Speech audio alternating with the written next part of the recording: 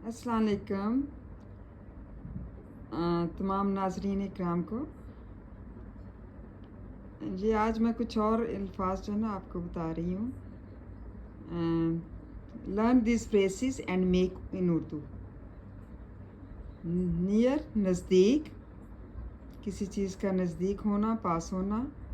आई use, आई जो है मैंने ब्रैकेट में डाला है, तो ये इसका सेंटेंस बन सकता है, जुमला बन सकता है। आई यूज़, मैं इस्तेमाल करती हूँ या मैं इस्तेमाल करता हूँ। किसी चीज़ को इस्तेमाल करने के लिए आई यूज़ इस्तेमाल होता है।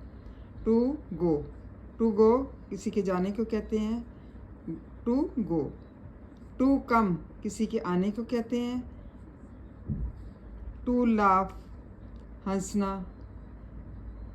टू मेक, बनाना, किसी चीज़ के बनाने को टू मेक। आई लाइक, मैं पसंद करती हूँ या करता हूँ। ये आप एक मतलब सेंटेंस भी जो है ना वो बनाते हैं, मतलब आई लाइक, मैं किसी चीज़ को पसंद करती हूँ। तो नाजरीन प्लीज़ मुझे जो है वो लाइक भी करें और सब्सक्राइब भी करें। थैंक यू सो मच, आप लोगों का बहुत बहुत शुक्रिया। Thank you so much.